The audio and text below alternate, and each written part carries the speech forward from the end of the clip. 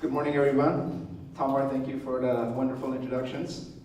Thank you for being here bright and early this morning, and thank you, all of you, for participating in Glendale Tech Week and today's cyber panel. I think we could talk about cybersecurity for the rest of the day, and we won't have enough time. So what we've done is we've picked a few topics that I think is important for all of us, topics that are in the news today, and topics that are affecting small businesses and individuals on a day-to-day basis. So what we're going to do is maybe talk about some of those things that are in the news today, and then talk about what we can do to protect ourselves both in our business environment, in our corporate environment, and individual personally at home, whether it's about your credit cards or your personal information. So with that, we'll kind of start with the elephant in the room, which is Equifax and personal data security. As all of you know, most everybody in this room's data has been probably breached a number of times with the Equifax leak. And then we found out that Equifax was providing the IRS their database for doing tax audit verification. So I think those two facts should be alarming enough for all of us to know that probably everybody's data has been at some point breached and on the dark web at this point. So with that, we can start. Brian, if you can kind of chime in and give us your feedback on what your thoughts are on data security, personal security as far as personal ID theft, and what we can do to protect ourselves and our businesses. I think one of the points you hit there is very interesting. We have a private entity that has better data than the U.S. government on all our citizens in lots of parts of the world, and almost unregulated. It's very interesting to me. And I don't know, what type of data security they had, they were breached that bad and didn't understand it, didn't know it. Scary, isn't it? Absolutely. So I think we need to watch these organizations. They have our data, what are they doing with it? Who are they selling it to? There's a lot of money to be made off it, right? Right. They're not spending money to keep it. What do you see? Well, you know, specific to that incident, right? I mean, there's been a lot of articles published about what's actually happened, and it's just interesting to see some of the hearings that even come out with, you know, accountability of something like this. It's always like trying to find out who is at fault.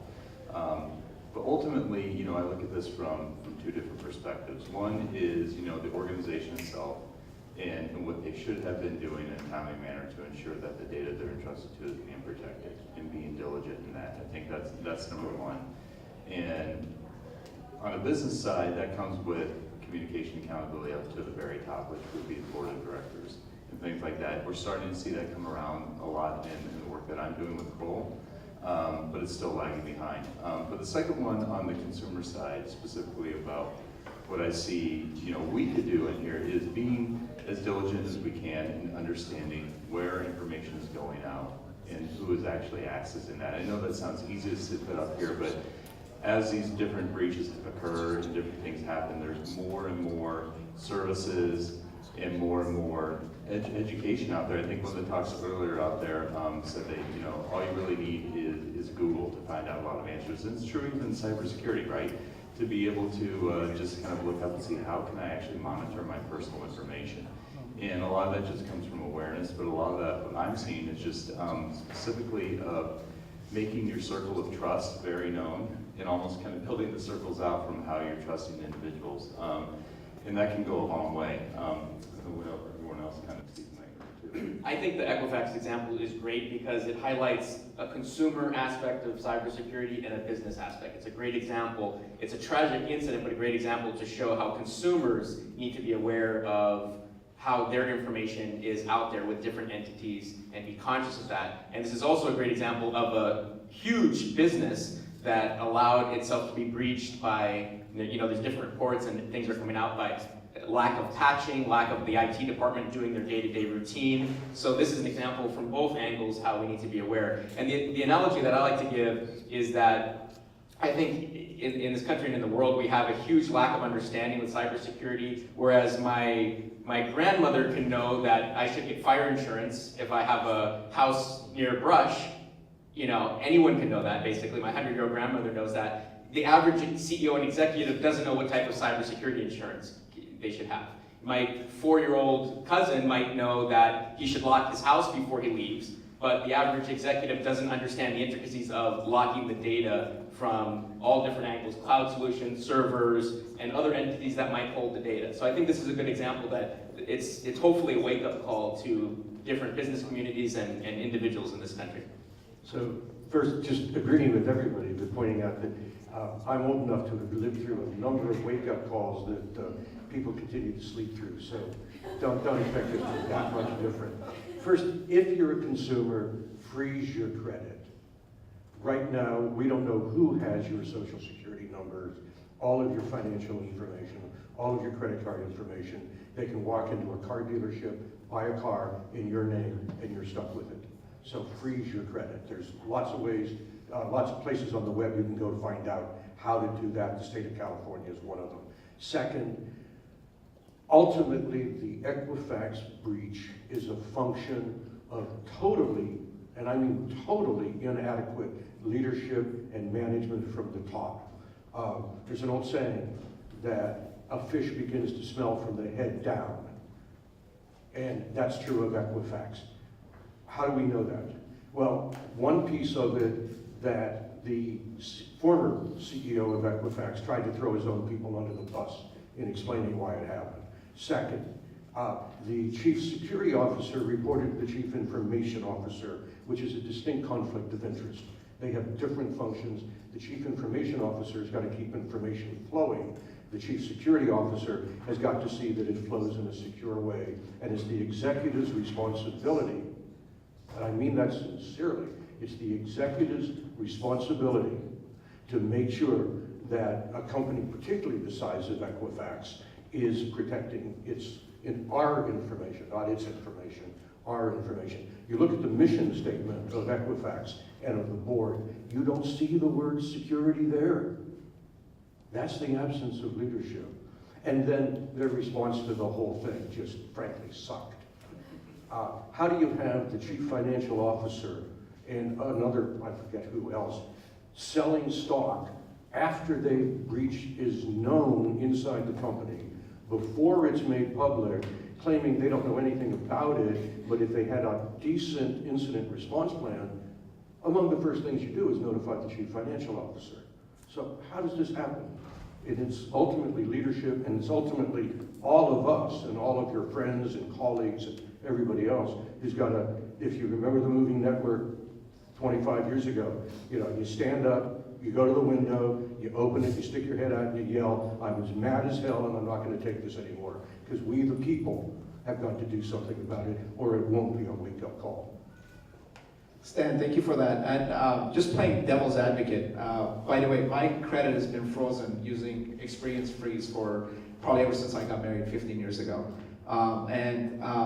But playing devil's advocate, there's a lot of people are saying that with the Equifax hack, the database that they use to freeze your social security number has also been hacked, which is the database that a lot of these security companies use is what was your last known address, what was your first mortgage, what was your first car. These aren't items that you pick. It's not like I drove a green car. They know that you lived on a certain street, that was your first mortgage. They know what your first lease was on a car. So those are the questions they ask you to verify when you freeze your account. So a lot of people are saying that freezing your account doesn't matter anymore because that information is also on the dark web now. Yes, and it's out there, but if you freeze your credit, now legally, no one can open credit in your name. That's different, and this is one of those other places where there's so much, frankly, cynicism in the market. Equifax, Experian, TransUnion, they don't want you to freeze your credit. They want you to lock your credit so that they can continue selling your credit reports to other people. If you freeze your credit, that can't be done. So there's a real specific difference there. And even as the credit bureaus don't want you to freeze your credit, because there goes their revenue for your own protection. Again, nothing's 100%, Tara, as you just said.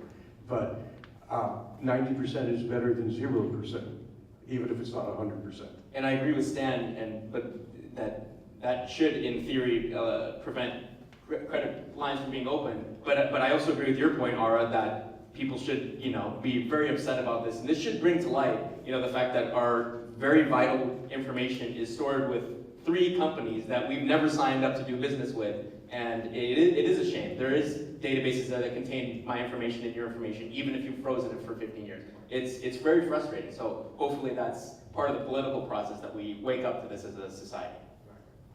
All right, so let's change topics a little bit and talk about, we've heard a lot about the Russians hacking the election. We've heard a lot about the Facebook advertising that they use to kind of turn Americans against each other. But recently we found out that Kaspersky Labs, which is a Russian antivirus software, which is very popular with the public and some IT service providers use them, has also been now identified as a Russian hacking tool where they were given to millions of Americans to install on their computers, and the Russian government had a backdoor installed to spy on computers. A gentleman yesterday told me that he bought a Mac at the Alex Theater. He bought a Mac, and Kaspersky came as a free software with it. So let's talk about the Russian hack, and not just Russia, but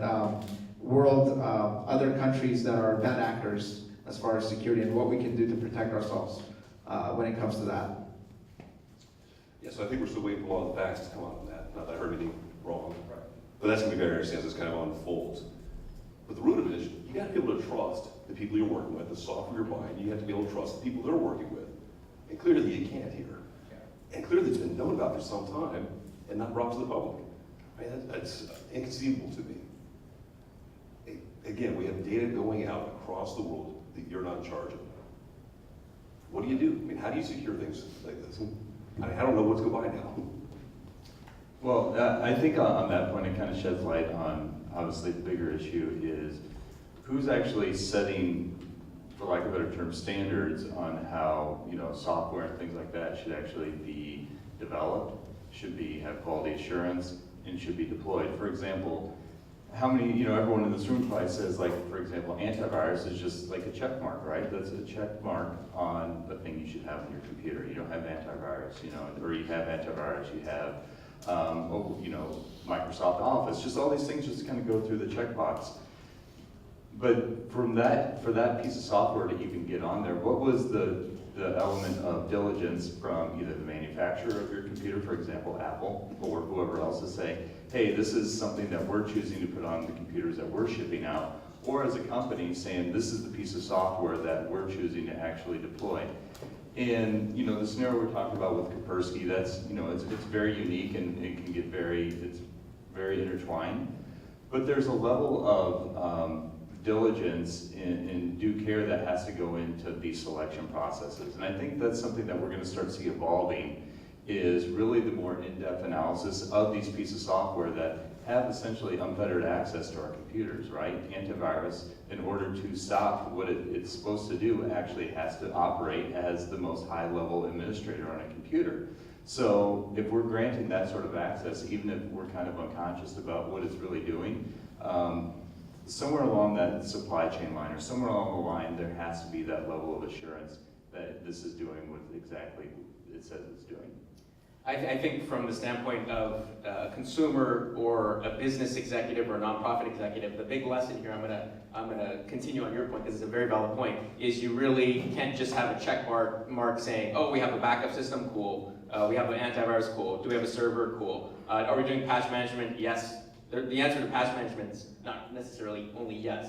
It's how is it done and so forth. So in this example, it's funny because 2 years ago, most of us are in the IT industry. I heard a joke about this. Oh, Kaspersky, I wonder if they're gonna, I wonder if the Russian government's gonna use this to hack, ha ha ha. And then this is actually a report that might be true. So I think the lesson here to consumers and executives is be conscious of what software is installed, know what the options are. In the same way that if you're gonna construct this building, and you're gonna use wood to make this stage, you're not just gonna buy the cheapest wood. You're gonna say, where does it come from? Is there parasites in there? Is it a good quality wood that's gonna last for 60 years? So in the same way, when we run our businesses, or organizations or even households, when you have information that's super sensitive, be very conscious of that. Even, I know people in the audience are in the social media field here, that type of thing where, you use Hootsuite or Buffer, these programs to send out your tweets or your Facebook posting, I'm sure due diligence is done to make sure that those companies are good. Otherwise, they may get hacked and, someone will represent you sending out tweets that isn't you and ruins your brand reputation in some way. So every different thing that we do in the digital space should be carefully considered, including the solutions used.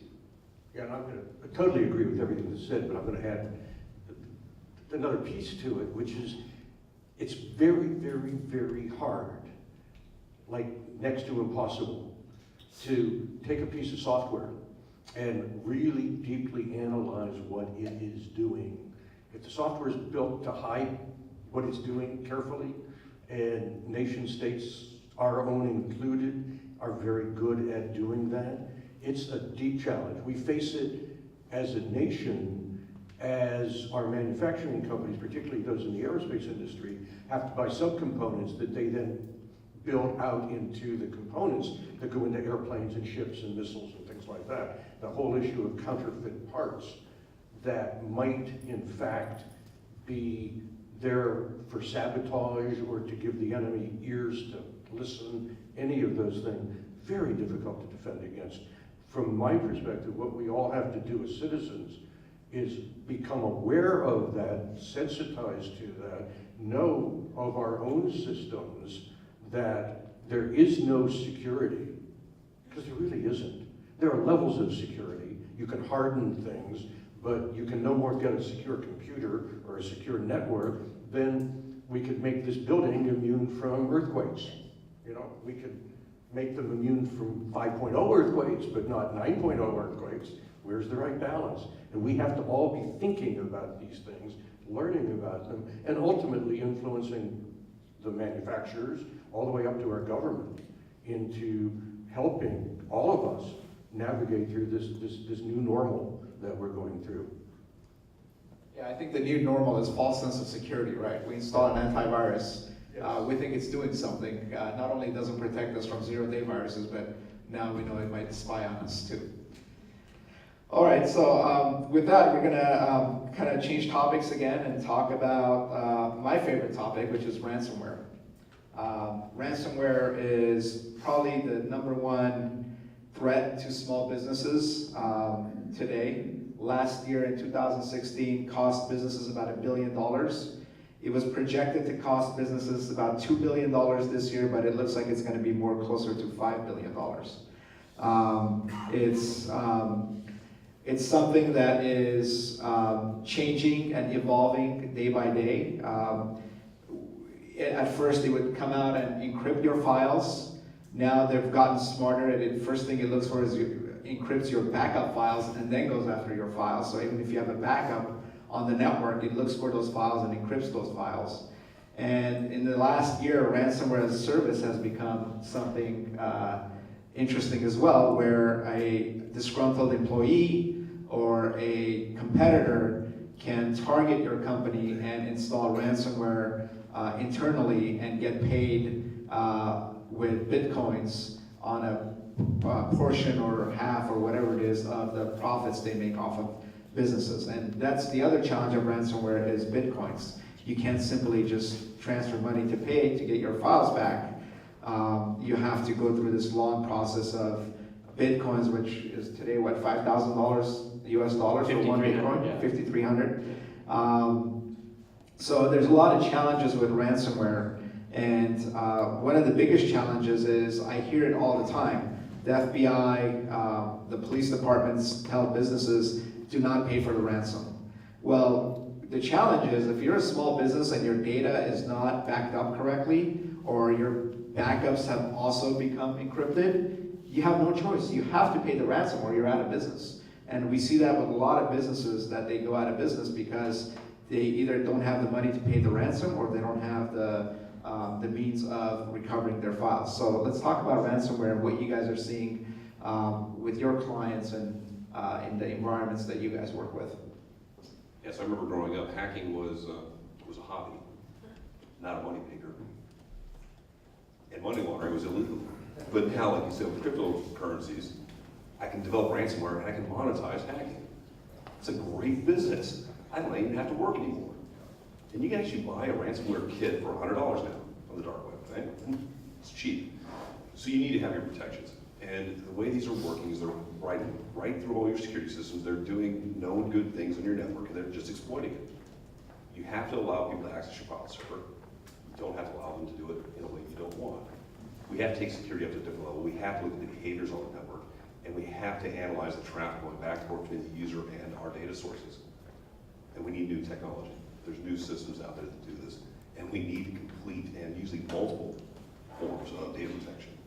The classic backup is no longer good enough. I can attack that.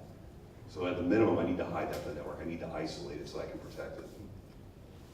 Yeah, I would echo that, and especially with the isolation and segment issues. A lot of times why ransomware is so pervasive is because once it's inside, there's inherent trust of everything inside your environment, and it exploits that, right, to be able to install and encrypt and then make data unavailable.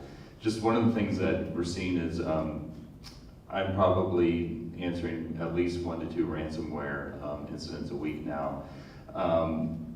And one of the things that is consistently coming up is not only are clients starting to pay the ransom because of what you just said, they're starting to expand into other forms of risk mitigation like cyber insurance and how cyber insurance can cover some of these different things. So that's, could be a whole other topic there too.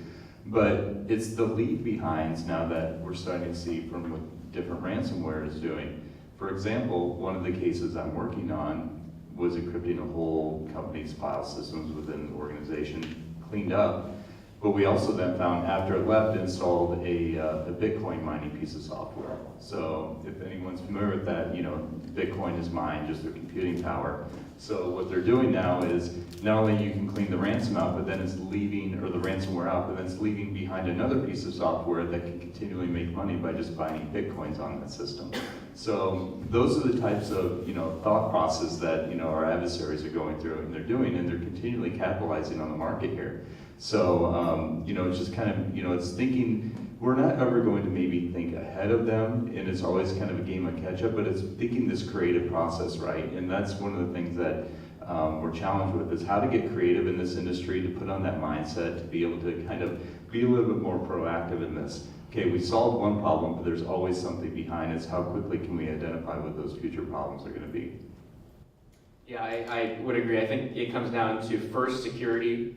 So, if you use the analogy again of someone's house, you want to make sure the house is locked. You want to make sure you have a guard dog. But that's the first step. That doesn't always work because maybe your little kid let someone in thinking they're delivering a pizza or something, and in other words, maybe the CEO clicks a link that he shouldn't, and then someone's able to install software. The security is not always 100% the silver bullet. And then you want to look at your backups. So if you use the analogy, once someone breaks into your house, you have a document sitting on your kitchen table, is that if that person brings in a safe and locks it up and says, I'm only going to unlock my safe if you give me $1,000, is that going to be an issue for you, or do you have a backup? Not only on-site, as you brought up, Ara, but also off-site, maybe at a data center in a different state or something like that. There's a lot of good software systems out there. Shameless plug for my buddy Ara. He's a founder and investor in a company called Revert, as was mentioned earlier. So that's a great system that combats that. There's systems out there, depending on the need, that will help with that. But again, it's the first step, and I always say this, and Stan always says this especially, this first step is from a leadership perspective. Executives need to be aware that this is something that they can't just say to their IT guy or their IT CIO, are we okay? Okay, fine, we're good. In the same way that with Enron, the CEO couldn't get away with asking the CFO, are we good on accounting? Okay, accounting's your thing, I'm just the CEO. Well said, all of you. So much of it goes to creativity, for sure. And it's also connecting the dots, what you said, Louis, there, about the lack of real understanding, the language barrier, if you will, between IT and executive management. Before the meeting here, the three of us were standing out there talking. It was geek talk. No CEO in the world would understand what it was we were talking about. How do you help the CEO understand what this technology is all about, so that he doesn't just, or she doesn't just go to the IT people and say, are we good to go? You gotta, as somebody else said, you gotta know how to ask questions and understand the answers here. I mean, our company, in addition to Secure the Village, I also have a security management company we started 15 years ago, Citadel Information Group. And we'll go into companies, mercifully, not always after a breach. Often, most of the time, it's before the breach occurs. But even there, we'll talk to the IT folks. You guys doing backups? Well, of course. I mean, every IT group does backups. We say, when did you last test them? Oh, test them? We have to test them? And I mean, we went into a company just recently, found the last 6 months of backups were not being backed up. They were getting reports every day, backup successful, backup successful, backup successful. Fortunately, it was not any of you as the IT vendor there. I would trust better than that. But this is a well-known IT vendor in the city of LA here. I mean, in the broader city. I do work in Glendale as well. They didn't bother to test their backups, and executive management didn't know enough to say, hey, have you tested the backups? I mean, if they'd been hit with a ransomware attack, they'd have been dead. I think it's very clear that cybersecurity in the past was an IT problem, but now it's become a business risk problem. So the CEOs and the CFOs and the executive leadership at companies have to be really aware of it, because it could really be the end of their business if they're, if ransomware or some other virus compromises their data, they would be out of business. Equifax, if that was a small company, they'd be out of business today, right?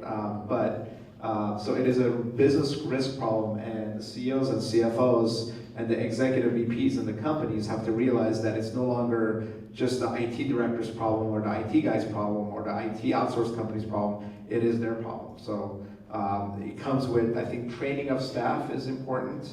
One thing we do at Immerse Logic is this week, every quarter, we send phishing tests to our clients with the knowledge of the CEO that we're going to do a phishing test, and we send several templates out and see if the employees are clicking on it. If an employee clicks on it, they go to a training website. It says, congratulations, you've just been a victim of a phishing attack. Here is some guides that you guys can learn, and so hopefully this won't happen to you again. And it could be something as simple as a $5 Amazon gift card.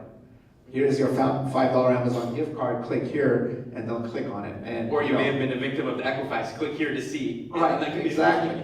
Exactly. Which is scary. And what's scary is, even though we have to, by law, tell the CEO and CFO or the IT director of a company that we're doing this test, because if we don't, it becomes hacking, so they need to be aware of it. You guys be surprised how many times the CEO clicks on that link after they get the email. So I think training is, and education is super important. And if we can kind of touch about that, of what we can do to educate more people, I think, Stan, this is your whole notion of Secure the Village is based on this concept of training employees, training staff, that they don't click on something or do something really stupid to compromise their company. One story that I tell when I do my ransomware talk is, and this is a true story, I've changed the names to protect the innocent, but imagine at a conference like this, you're at a bar at night, beautiful lady comes, sits next to a couple of geeks, whether it's a computer geeks or if it's engineers at a Northrop Grumman conference, and says, hey, I'm from IBM. Here's some IBM hats, here's some IBM flash drives, and buys them a drink at the bar, and these guys go home with the IBM goodies, the pens, the hats, and the IBM flash drives, and one of them, or two of them, or three of them, eventually will plug in that flash drive either at work or at home, and that's it. The entire system is compromised. And that's a true story that's happened. It wasn't IBM, but they pretended to be some other company. But it's very easy to pretend to be a billion-dollar company rep that says, hey, I'm gonna buy a bunch of guys drinks, and here's some goodies. Here's some branded materials. So. Can I ask you something very quick? Sure. Could you build, we can build robotic or artificial intelligence to overcome this kind of little problems? I'll open up to the panel, but it's I think it's difficult. There are a number of companies that are using AI for cybersecurity and prevention, what they call ATP, this adapted threat protection. But I don't think there is a perfect system out there yet. But there are a number of companies, Palo Alto Networks, Cisco, working on AI to prevent cyber attacks. There Any are comments? companies that are very small that are doing a very good job, and probably above some of the big names. But the amount of computing horsepower it takes to do it well is tremendous. Sometimes it was 20 to 50% more data center services in terms of hardware. So it's quite complex right now, even though we can do it. It's just not feasible for a lot of organizations, but we're getting there. IBM is doing something with this robot that's helping the income taxes. Right, that's IBM Watson. They're using it for a number of AI technologies. So I hope something like that's going to help us to handle this thing. So what we're seeing right now from the very large players is it's very reactive. They can help go look for something like what happened at Equifax. You know, with Equifax, this happened. Typically, the hacks happen at least 9 months before we realize it, and this may have been much longer than that. So with the newer tools from IBM and some of the other companies, we can shorten that. So at least we can limit the damage. But what we need to get into is systems that are more real-time, that we can analyze the data, figure out what's going on, and block something like the ransomware while it's happening. And that takes a lot of horsepower. We can do it, but it's tough right now. Thank you.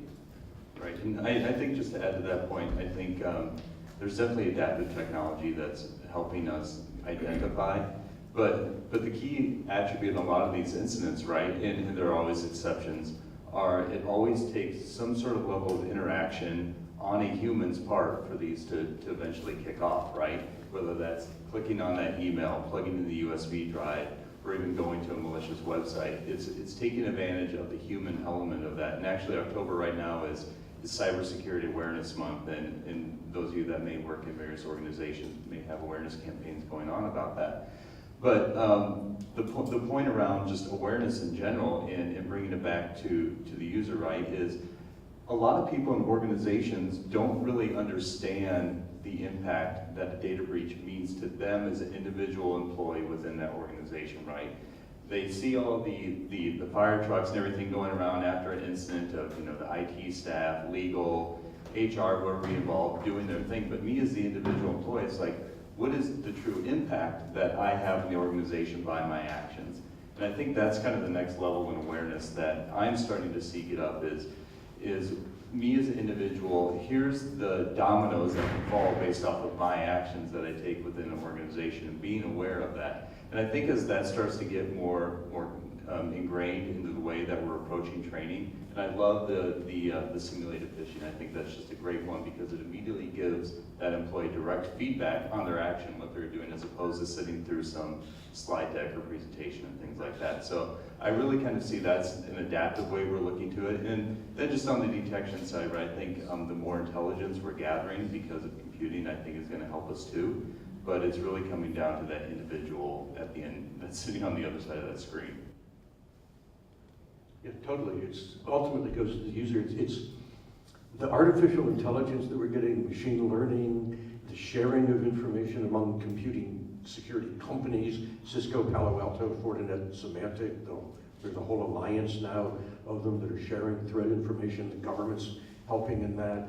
But it's all a matter of, how do you write algorithms to break into something? How do you write algorithms to control and identify the breaking into them? Writing algorithms is an art. It's not 100% ever. We're never going to solve this problem. Again, because it's like earthquakes.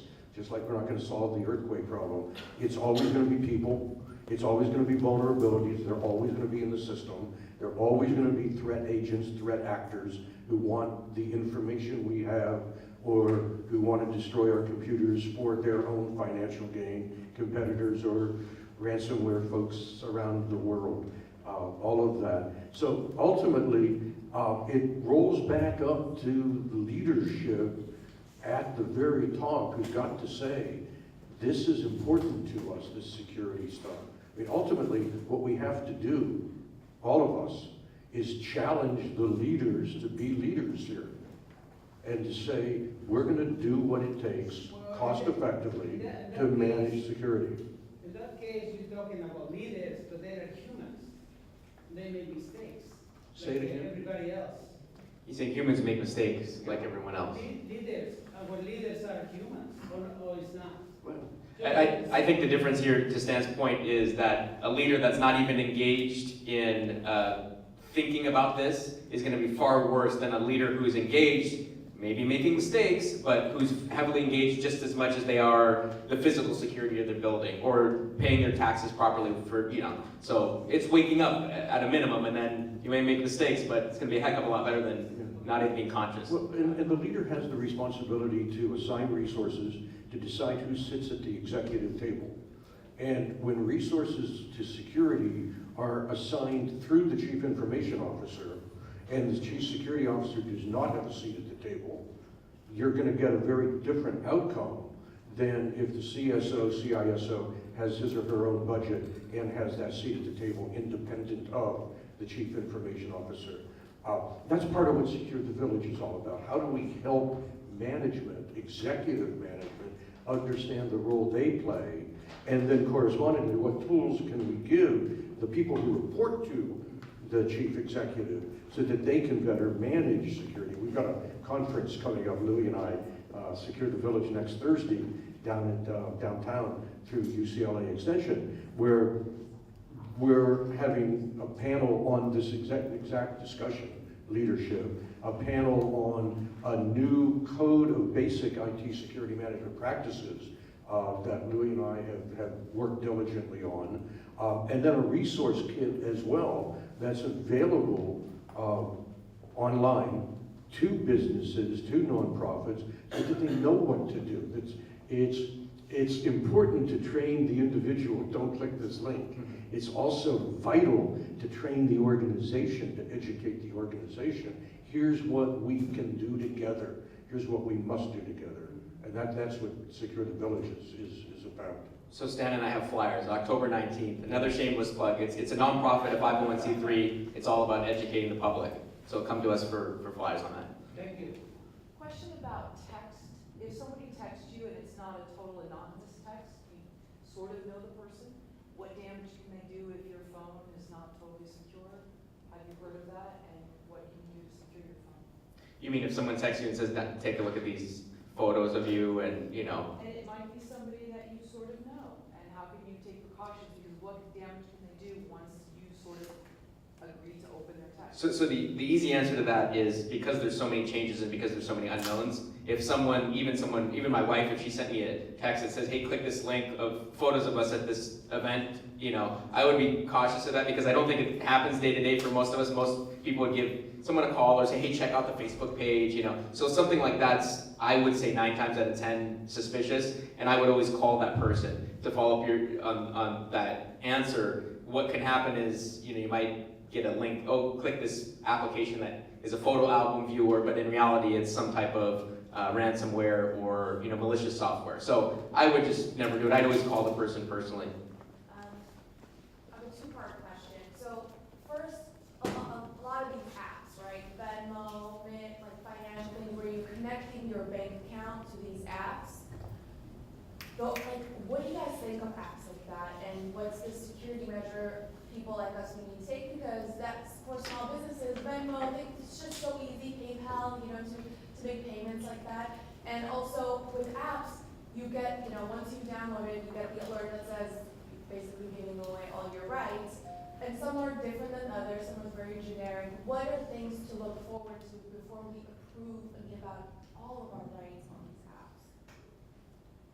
My advice on that would be, if you're going to use a financial app on your phone or on a mobile device, I'd always make sure that it's from a trusted banking institution. Let's say if you're with Wells Fargo or Bank of America, use their apps. Obviously PayPal and a few of those are to a point that I think they're trusted apps by now, even though you never know. The best thing would be to monitor your checking account and your balances if you're making a payment. A lot of new apps like Wells Fargo or American Express. If there's a charge on my American Express, every time there's a charge on my American Express, I get a text on my phone. $800 was just deduct, charged to your American Express, or $10 was charged to American Express. So I would use those kinds of tools to monitor what's happening to your account. And you only need one or two financial tools on your phone, or maybe your bank account and maybe a PayPal. Other than that, I wouldn't install too many apps on my phone when it's connected to my bank account.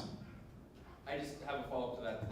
That's very good information. The follow-up that I would have is to utilize two-factor authentication. So for anyone who doesn't know what this is, there's a lot of awesome information we've talked about. This is one of the top 5 things I think you should take away. 2FA, two-factor authentication. So something you have and something you know. In other words, you log into Wells Fargo with your 20-digit password. It also texts your phone and says, is this you? Put in the code. Now, texting is less and less secure as a 2FA method, so I'd move towards an app that actually has a random generated number that changes every 30 seconds. Google Authenticator is one of them. Duo has one of them. But for anything sensitive, whether you're a company, a nonprofit, an individual, a household, two-factor authentication on everything, whether it's your Hootsuite for your social media, for your Facebook account, for your bank, anything important, I would put that two-factor. Yeah, I totally agree on that. Also, keep track of the difference between banking as a consumer and banking as a commercial, nonprofit or for-profit business. The laws, the regulations are different. As consumers, if we're victims of fraud, the bank generally has the responsibility to make us whole. It's the bank's problem, not ours. As corporations, as businesses, that regulation, it's called Regulation E, does not apply. So if a business gives away its passwords inadvertently, and somebody commits what's called business email compromise, which just goes to the website and or the bank site with those credentials and transfers a couple of $100,000, that's on the business, as opposed to being on the individual. So keep that distinction in mind as well. They can just say, well, you connected your bank account to this Venmo app or PayPal, like you did it, so. That's I guess it's time, huh? I guess it's just give these apps an opportunity to prove that they have some sort of security before. Well, I think you could give an opportunity for them to prove, but you have to be diligent about it too. Use two-factor authentication. Take a look at your bank statements. Make sure that money's not being transferred out. Another thing that I've done is I have a limit on my bank account that only a certain amount of money can be transferred on a daily basis without me having to call the bank and authorize any additional money to be moved out of any of our business accounts or our personal accounts. So that's very important as well. And I'd be careful of any applications that you're not paying to use. There's a lot of free applications out there that people jump on. They're making money somehow, and it's not off you. That's a danger. Thank you. May I answer? Thank you, Louis. First off, Stan, thank you. I'm going to run home and freeze my credit. Did you expect to learn that? And it was pretty amazing when Equifax, when that all came out, I remember a few days later, they then sent out, you can sign up for our service and we'll charge you to check you to make sure you're good. I forget what that was. They give 1 free year of checking and then you're automatically enrolled in their deal. So my question is, on that part, is the technology we have, all of this technology that the big companies are using, probably started, their development started in the 70s and 80s. Is there really new technology now that the pay is getting great, and I agree with you, Stan, I'm one of the old guys. I remember I'm mad as hell and I can't take it anymore. I mean, we're all kind of, as consumers, lying down. Haven't thought about Equifax until you brought it up, and that was as recent as 2 weeks ago. But is there new technology where some company's going to come out potentially and supplant the Oracles or SAPs and so forth because we're on legacy software that really is a problem? Well, when it comes down to the new technology, just looking at solving some of these problems, right? Where the technology is shifting right now is very data driven, and a lot of that is driven by just various points of information that we're gathering to come up with the idea of predictive analytics, right? To be able to predict when this is actually going to happen as opposed to respond. Right now, the technologies, even those being used by large organizations, are all meant for fraud detection after the fact. There's nothing out there that says, based off of, well, I should say there's nothing out there. There's nothing that's pervasive at this point that's saying, okay, based off of A, B, and C, we know that D is going to happen, right? I mean, we're getting to that point, but it's, again, a data-driven exercise. The other point about, legacy and back end, there's always an argument right there saying like old systems always need to be updated, old systems have to be new. But the key thing is there's some inherent security in some old systems, right? The issue is when we open those up and build access to it, a system or an application that may be a year old may have the same security flaws or even more than a system that is 20 and 30 years old. The issue doesn't tend to always be technology, even though like things like support and things like that and like human knowledge, actually how to support that technology always comes into play. But it's when elements of that old and those legacy systems are starting to open up. And I think to the point of when these organizations start to do that and expose that part of systems to however they want to portray that to the public, there has to be essentially the segmentation that happens. It's okay that maybe there's a mainframe behind there, right? It's still doing its job in storing data. It's what are the steps in between that you're taking to ensure access along the point is actually happening. Now organizations too are saying that's getting expensive and they're starting to scrap just because of cost issues and how to apply security to each of those layers. But it's independent of money, right? Those are, start of the thinking that has to go through is like, what is the access that's being opened and at each one of those points, what is the security that's being applied?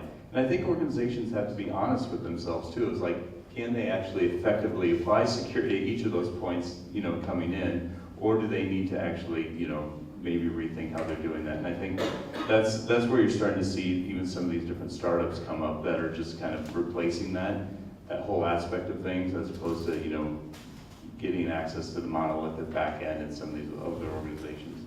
I don't know if any of you others seen about or kind of seen what's going on? Well, but just to add to that, first, security is very, very, very hard. That ought to be a reality given what we're seeing out there, but I don't think it's as well understood as it needs to be. And that's particularly true when it comes to the development of software applications. We're getting better at writing good software. There's standards out there. There's organizations like OWASP that provide a lot of education to software developers, application developers.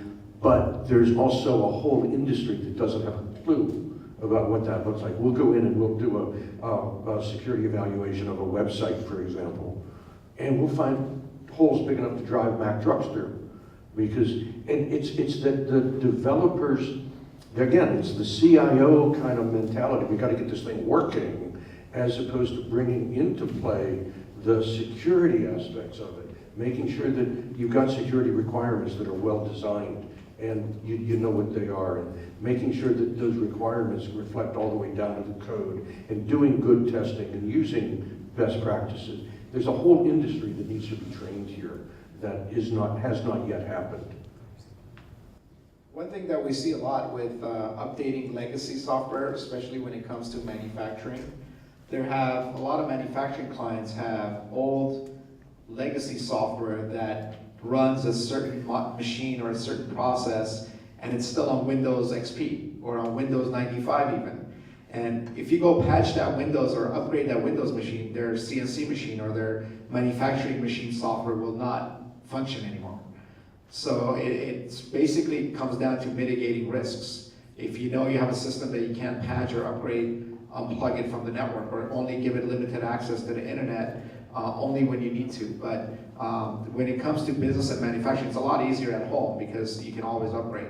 But a lot of the manufacturing clients have legacy software that run these legacy systems that the developers are either no longer around or the company's out of business and the software can't be upgraded. And the business depends on running on the software on a day-to-day basis. So that becomes a big challenge. So something that I just want to bring up, and I don't want to dwell on this, and my colleagues up here know I'm really into this, but it's Bitcoin and decentralized systems that run on the blockchain. So I don't want to make this a blockchain discussion, but what I would ask everyone to do is just take a look at it on your own time, because what that does is, when you talk about legacy systems on one side that really can't be patched for the time being, and there's a lot of discussion we're having up here is with trusted centralized databases. Blockchain technology and decentralized cryptocurrencies and decentralized systems like Bitcoin run on a system where everybody has a piece of it. So there's no trusted third party that, like Equifax or like Bank of America, that might get hacked. So it's something to look into, just in the sense that I feel like we're kind of like in the internet days of 1991, where people are talking about it, but they don't know what the heck's going on. So I would encourage everyone to just start researching Bitcoin. I'm not giving a plug for it or anything, but something that's on the horizon that you're going to see more and more of in terms of those technologies that are really changing the way things are done. We're running out of time, so a few more questions. Go ahead. So what do you advise someone to do in terms of answering emails? Always use VPN so that they don't get your IP from the header. Let's suppose you're not clicking on any links, but you're responding to an email that could be, nefarious, might be good, but you want to respond, but at the same time you don't want them to have your IP address.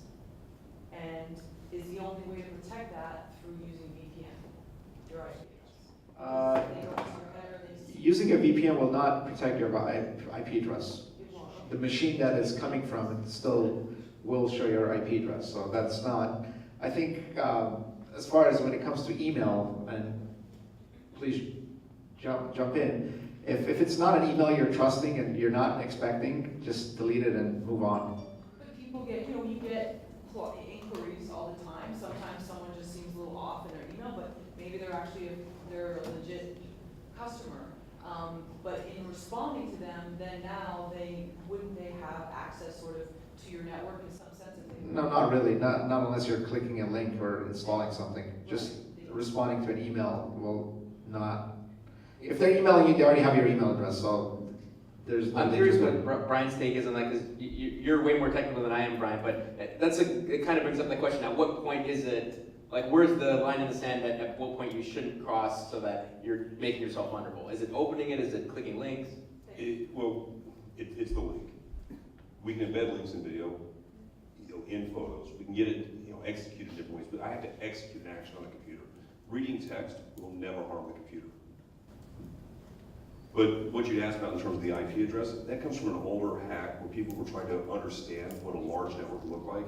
It's not that you're vulnerable, but if I can understand what a large organization looks like and what their internal addressing scheme looks like, and it'd be similar to looking at what happens to the phone system, what are the extensions? And if I can try to narrow down where the accounting department is, then I can learn how to talk to those guys better. So it's not necessarily your address, but it's mapping out the location like a floor plan. That's not a security problem. One more question, and then we're kind of running out of time, so what we'll do is, because the next group has to come in to the stage, we'll be outside, and you guys are welcome to approach us with questions. So one more question here. I'll try to make this brief. Is there any liability if you're a business and you have this data and you get hacked? Can you get sued? What kind of liability are you opening up to? I've heard rumors that there's laws that if you don't encrypt your personal data and someone hacks it, just by virtue of not encrypting, you can be sued. Any thoughts on that? Depends on what type of data you're storing, but if you have other people's data, yes. Credit card numbers and stuff. Yes, 100%, no doubt. Yeah, I mean, Especially California. Yeah, I mean, there's 48 states that have various levels of data or data breach notification, and part of that includes how the data should have been, or it should be protected to some element. And then based on the data types, for example, in healthcare, there's HIPAA. In the payment card industry, there's something called the PCI data security standard. And so there's multiple actual standards out there that says, yes, if you're carrying this type of data, you actually do need to protect it in a certain way. Yeah, we live in a very litigious state, and so you can be sued. Whether the suit will win is another story, but the fact that you've got to go through all the legal hurdles is there, and that's one of the major reasons why every business needs to be thinking about cyber insurance. Thank you very much, guys. We'll be outside. If there's more questions, we'll be happy to answer questions for a few more minutes. Thank you.